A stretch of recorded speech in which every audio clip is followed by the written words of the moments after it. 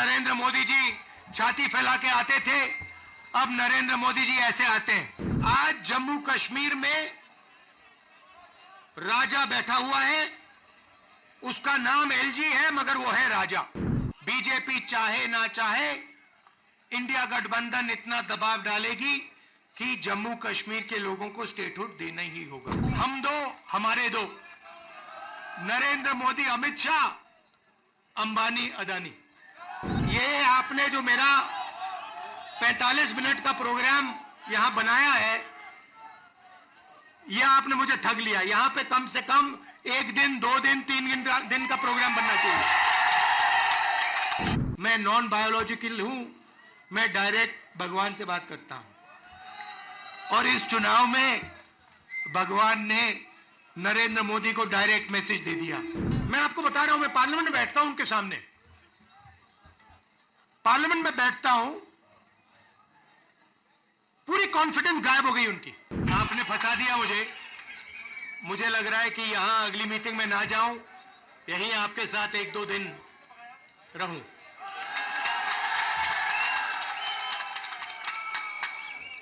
आप सबका यहां दिल से स्वागत करता हूं।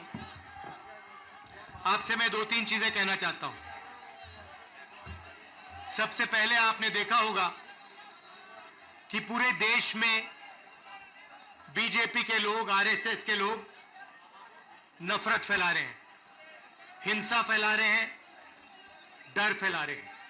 तो लड़ाई 2 विचारधाराओं के बीच में है। एक तरफ नफरत, हिंसा, डर, दूसरी तरफ मोहब्बत, रिस्पेक्ट, इज्जत। आपने देखा होगा कन्याकुमारी से कश्मीर 4000 किलोमीटर हम चले और हमने बीजेपी के खिलाफ नारा दिया, नफरत के बाजार में मोहब्बत की दुकान खोलनी है। उनका काम नफरत फैलाने का है, हमारा काम मोहब्बत फैलाने का है। वो तोड़ते हैं, हम जोड़ते हैं, और अंत में नफरत की काट मोहब्बत से ही होती है। आप सब जानते हो, नफरत को नफरत से नहीं काटा जा सकता है, नफरत को मोहब्बत से ही काटा जा सकता है, हराया जा सकता है। और आपने इस चुनाव में देखा होगा, पहले नरेंद्र मोदी जी छाती फैला के आते थे, अब नरेंद्र मोदी जी ऐसे आते हैं। पहले बड़े बड़े भाषण करते थे, इस बार पार्लियामेंट में घुसने से पहले उन्होंने अपने सिर पर कॉन्स्टिट्यूशन को रखा, फिर गए अंदर। भाइयों और बहनों, पहली बार हिंदुस्तान के इतिहास में पहली बार स्टेटहुड छीना गया है। यूनियन टेरिटरी को पहले यूनियन टेरिटरी को स्टेट बनाया गया था। स्टेट को बांटकर 2 स्टेट बनाए गए, तेलंगाना बना, छत्तीसगढ़ बना, उत्तराखंड बना, अरुणाचल को स्टेट बनाया गया। मगर पहली बार हिंदुस्तान के किसी स्टेट को रद्द करके लोगों का जो हक है वो छीना गया। पहली बार हुआ है। ऐसे हिंदुस्तान के इतिहास में, मॉडर्न इंडिया में यह काम पहले कभी नहीं किया गया है। तो सबसे पहले जम्मू कश्मीर को जो स्टेटहुड है वो वापस देना है, क्योंकि आपका सिर्फ स्टेट नहीं छीना गया, आपके अधिकार, आपका धन, सारा का सारा आपसे छीना जा रहा है। 1947 में हमने राजाओं को हटाकर लोकतांत्रिक सरकार बनाई, हमने देश को कॉन्स्टिट्यूशन दिया। आज जम्मू कश्मीर में राजा बैठा हुआ है, उसका नाम एलजी है मगर वो है राजा। और जो आपका धन है आपसे छीना जा रहा है, बाहर के लोगों को दिया जा रहा है, चाहे वो आपके कॉन्ट्रैक्ट्स हो, सारा का सारा फायदा बाहर के लोगों को मिल रहा है और जम्मू कश्मीर के लोगों से छीना जा रहा है। तो हमारा पहला कदम जम्मू कश्मीर को स्टेटहुड वापस देने का होगा। हम चाहते थे कि चुनाव से पहले आपको स्टेटहुड मिले और स्टेट बनने के बाद चुनाव हो। बीजेपी ये नहीं चाहती है और उन्होंने कहा है कि पहले चुनाव होगा और उसके बाद स्टेटहुड की बात होगी। और हम कह रहे हैं कुछ भी होगा, जम्मू कश्मीर के लोगों को स्टेटहुड हम दिलवाएंगे। बीजेपी चाहे ना चाहे, इंडिया गठबंधन इतना दबाव डालेगी कि जम्मू कश्मीर के लोगों को स्टेटहुड देना ही होगा।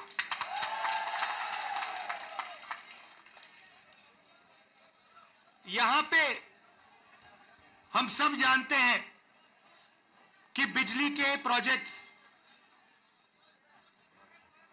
बनाए जा रहे हैं, मगर सच्चाई है कि बिजली के प्रोजेक्ट्स का फायदा आपको नहीं मिलता है।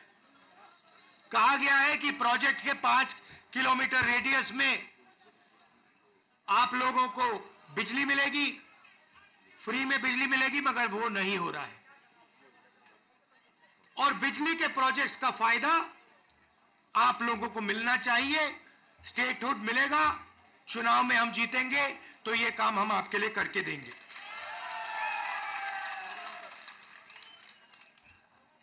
आप देश के लोगों को बिजली दे रहे हो और आपके जेब में से बिजली का पैसा लिया जा रहा है, छीना जा रहा है, ज्यादा रेट देते हो आप। ये अन्याय है, इसको हम ठीक करेंगे।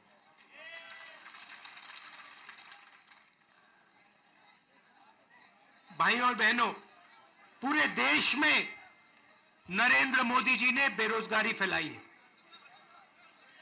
पता नहीं आपने अदानी जी का नाम सुना है? हाँ, मोदी जी के मित्र हैं। पार्लियामेंट में मुझे कहा, आप देखिए, पार्लियामेंट में मुझे कहा कि पार्लियामेंट में मैं अदानी और अंबानी का नाम नहीं ले सकता। तो मैंने कहा ठीक है, नाम नहीं ले सकता तो कुछ तो कहना पड़ेगा।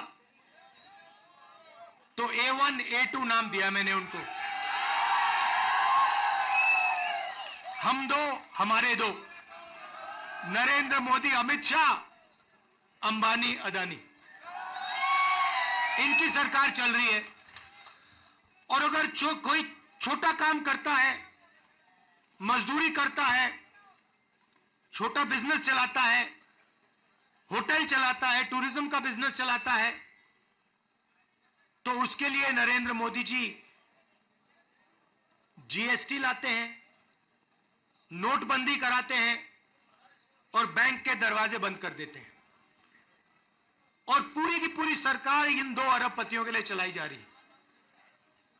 ये मैं आपको कहता हूं कि अगर आप देखेंगे तो ये जो आपसे स्टेटहुड छीना गया है, इसका भी लक्ष्य उन्हीं 2 अरबपतियों की मदद करने का है।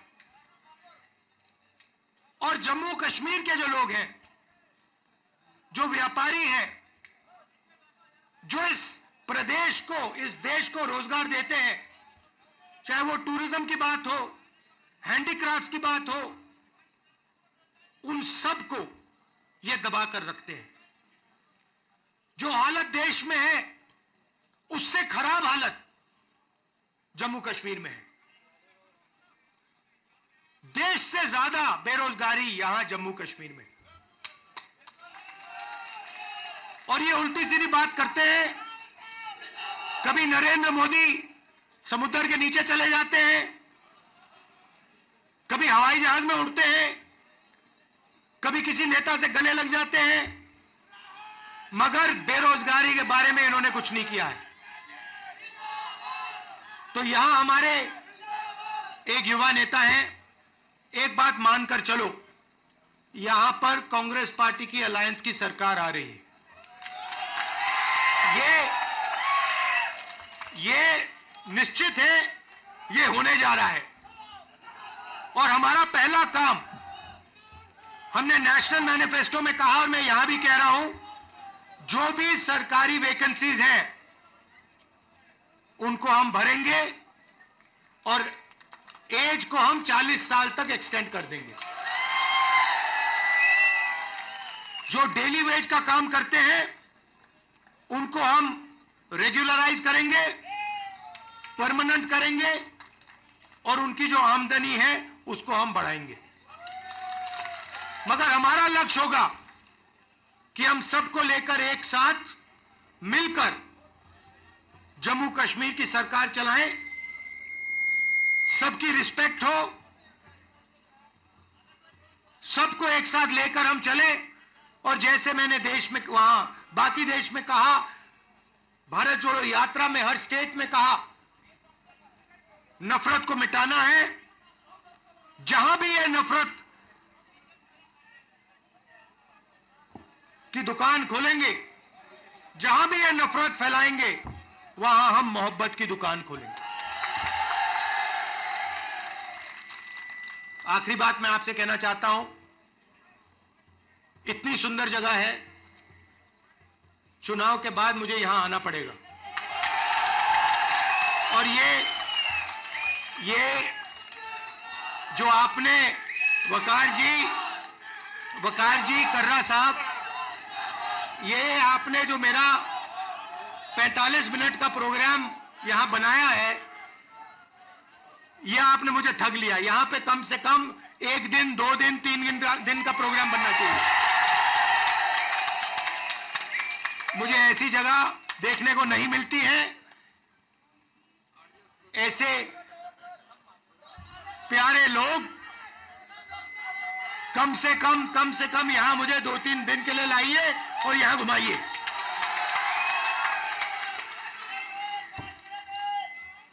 पांच मिनट, 10 मिनट, जितना चाहते हो, कोई प्रॉब्लम नहीं है। हाँ, तो आपने देखा होगा, पहले कहा कि नरेंद्र मोदी को, बीजेपी को कोई हरा नहीं सकता। नरेंद्र मोदी जी कहते हैं, भैया मेरी डायरेक्ट लाइन है, भगवान से मैं डायरेक्ट बात करता हूं।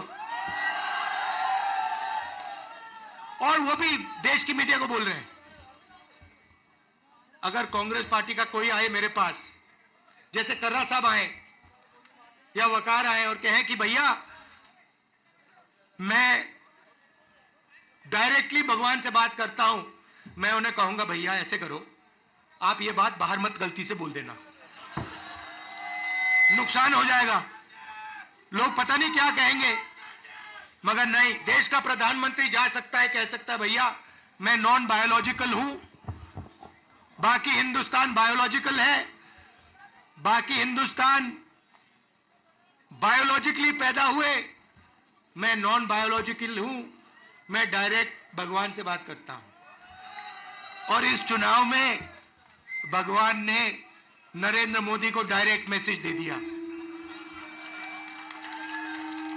कि भैया आपको लगता है कि आप भगवान से बात करते हो, मगर भगवान आम जनता से बात करता है और भगवान आम जनता की राय को सुनकर काम करता है। तो हमने नरेंद्र मोदी को साइकोलॉजिकली उड़ा दिया है। मैं आपको बता रहा हूं, मैं पार्लियामेंट में बैठता हूं, उनके सामने पार्लियामेंट में बैठता हूं, पूरी कॉन्फिडेंस गायब हो गई उनकी। इंडिया गठबंधन खड़ा हो गया, एक साथ मिलकर हम लड़े, पूरी की पूरी कॉन्फिडेंस हिंदुस्तान के प्रधानमंत्री की गायब हो गई है। आप मुझे बताओ, आप देखो, उन्होंने पहले कहा कि जाति जनगणना नहीं होगा। हमने कहा जाति जनगणना होगा। अब आरएसएस के लोग कह रहे हैं भैया जाति जनगणना सही बात है। फिर वो उन्होंने कहा कि हम लैटरल एंट्री से बाहर के लोगों को सरकार में लाना चाहते हैं। हमने कहा ऐसे नहीं होगा।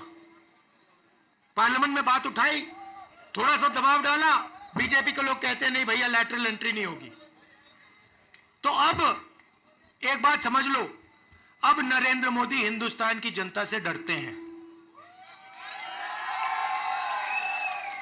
और अब बस थोड़ा सा समय बचा है।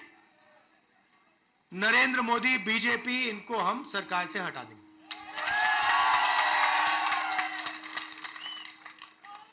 मगर हम चाहते हैं कि देश में भाईचारा हो, सबकी रिस्पेक्ट हो, एक दूसरे के साथ इज्जत से बात हो।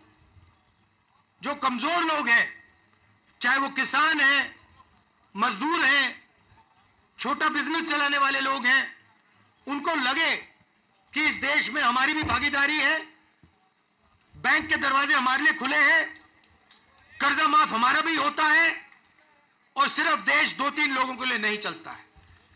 ये हम चाहते हैं और यही काम हम जम्मू कश्मीर में शुरू करेंगे। और